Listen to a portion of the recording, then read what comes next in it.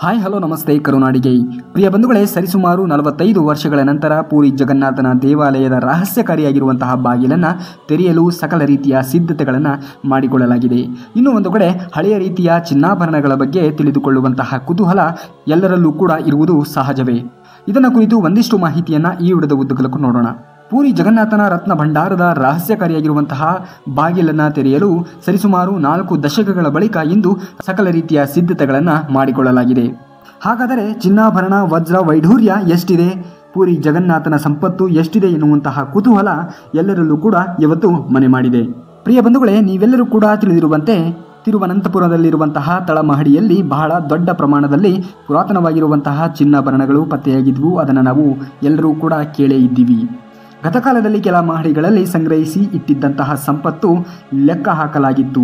ಇಡೀ ಜಗತ್ತಿನಲ್ಲೇ ಶ್ರೀಮಂತವಾಗಿರುವಂತಹ ದೇವಾಲಯ ಪೈಕಿ ಒಂದಾಗಿರುವಂತಹ ತಿರುಪತಿ ದೇವಾಲಯವನ್ನೇ ಒಂದೇ ದಿನದಲ್ಲಿ ಹಿಂದಿಕ್ಕಿತ್ತು.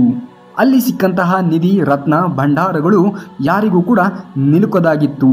ನೋಡಿದ ಕಡೆಯೆಲ್ಲ ಚಿನ್ನದ ಸಾಗರವೇ ಕಂಡುಬಂದಿತ್ತು. ಇಲ್ಲಿ ಸಾವಿರಾರು ವರ್ಷಗಳ ಪಟ್ಟಿ, ರತ್ನ, ವಜ್ರ, ನಾಣ್ಯ, ಸರಗಳು ಪತ್ತೆಯಾಗಿದ್ದವು. ಸರಿಸುಮಾರು 1 ಲಕ್ಷ ಕೋಟಿ ಬೆಲೆ ಬಾಳುವಂತಹ ನಿಧಿ ಸಂಪತ್ತು ಇಲ್ಲಿ ಪತ್ತೆಯಾಗಿತ್ತು. ಇದಲ್ಲದೆ ಈ ಒಂದು ನಿಧಿಯನ್ನು ಸರ್ಪಗಳು ಕಾಯುತ್ತಿದ್ದಾವೆ, ರಕ್ಷಣೆಯನ್ನು ಮಾಡುತ್ತಿದ್ದಾವೆ ಎನ್ನುವಂತಹ ನಂಬಿಕೆ ಜನರಲ್ಲಿತ್ತು. ಇಂತಹ ಹಲವು ದೇವಾಲಯಗಳ ಪೈಕಿ ಪೂರಿ ಜಗನ್ನಾಥ ದೇವಾಲಯವೂ ಕೂಡ ಒಂದು. ಇದರಂತೆ ಇದೀಗ 46 ವರ್ಷಗಳ ನಂತರ ಪೂರಿ ಜಗನ್ನಾಥನ ದೇವಾಲಯದ ಬಾಗಿಲನ್ನು ತೆರೆಯಲು ಸಕಲ ರೀತಿಯ ಸಿದ್ಧತೆಗಳನ್ನು ಮಾಡಿಕೊಳ್ಳಲಾಗಿದೆ. ಹೀಗೆ ಪೂರಿ ಜಗನ್ನಾಥ ದೇವಾಲಯದ ಬಾಗಿಲನ್ನು ತೆರೆಯಲು ಸಕಲ ರೀತಿಯ ಸಿದ್ಧತೆಗಳನ್ನು ಮಾಡಿಕೊಂಡಿದ್ದು, ಇದರ ಬೆನ್ನಲ್ಲೇ ಸಹಜವಾಗಿಯೇ ಭಕ್ತಾದಿಗಳಿಗೆ ಇವತ್ತು ಪೂರಿ ಜಗನ್ನಾಥನ ದರ್ಶನವನ್ನು ಪಡೆಯಲಿಕ್ಕೆ ಅವಕಾಶ ಇರುವುದಿಲ್ಲ. ಹಾಗಾದರೆ ಪ್ರಿಯ ಬಂಧುಗಳೇ, ಜಗನ್ನಾಥ ದೇವಾಲಯಕ್ಕೆ ಇದೆಯಾ ಸರ್ಪಗಾವಲು? ಸಂಪತ್ತಿನ ಬಗ್ಗೆ ಹೆಚ್ಚಾಯಿತು ಕುತೂಹಲ. 1985ರ ಜುಲೈ 14ರಂದು ಬಲಭದ್ರ ದೇವಾಲಯದ ಚಿನ್ನಾಭರಣಗಳ ಪತ್ತೆಗಾಗಿ ರತ್ನ ಭಂಡಾರವನ್ನ ಕೊನೆಯದಾಗಿ ಬಾಗಿಲನ್ನ ತೆರೆಯಲಾಗಿತ್ತು. ತದನಂತರ ಇದನ್ನ ಕುರಿತು ಅನೇಕ ರೀತಿಯ ವಿಷಕಾರಿ ಸರ್ಪಗಳು, ಹಾವುಗಳು ಕಾಯುತ್ತಿದ್ದಾವೆ ಎನ್ನುವಂತಹ ದಂತಕಥೆಗಳು ಹುಟ್ಟಿಕೊಂಡಿದ್ದವು. ಹಾಗಾಗಿಯೇ ಬಾಗಿಲನ್ನ ತೆರೆಯುವಂತಹ ಸಾಹಸವನ್ನ ಯಾರೂ ಕೂಡ ಮಾಡಿರಲಿಲ್ಲ.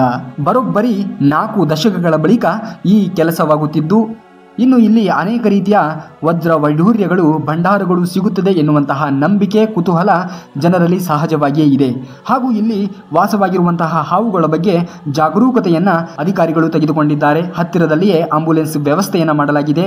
ಅದಕ್ಕೆ ಸಂಬಂಧಪಟ್ಟಿರುವಂತಹ ವೈದ್ಯರನ್ನು ಕೂಡ ನೇಮಕ ಮಾಡಿಕೊಳ್ಳಲಾಗಿದೆ.